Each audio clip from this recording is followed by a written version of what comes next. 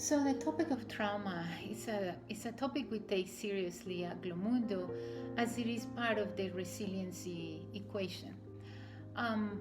In the US, on average, 2/3 of students in any classroom, in any US classroom, have experienced at least one adverse childhood experience, which means a traumatic experience during their childhood years, and many have experienced more than one.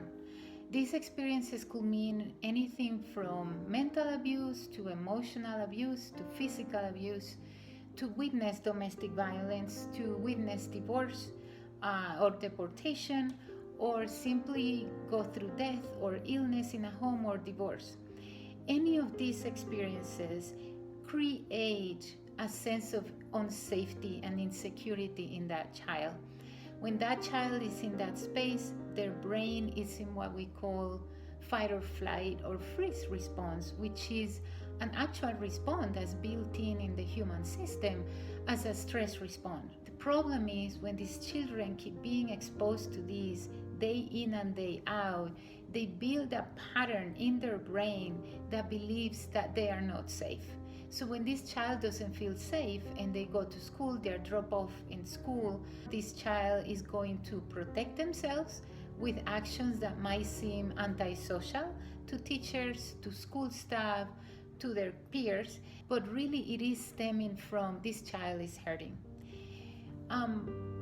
When this happens repeatedly in classrooms, this poses a threat not only to the classroom environment and to the capacity of this teacher to respond to the academic standards that need to be followed, but also how do these teachers know how to appropriately respond to these children's need without recreating another traumatic experience or triggering the trauma that this child has. It could become a daunting experience for a teacher that doesn't have the tools on how to help these children de-escalate.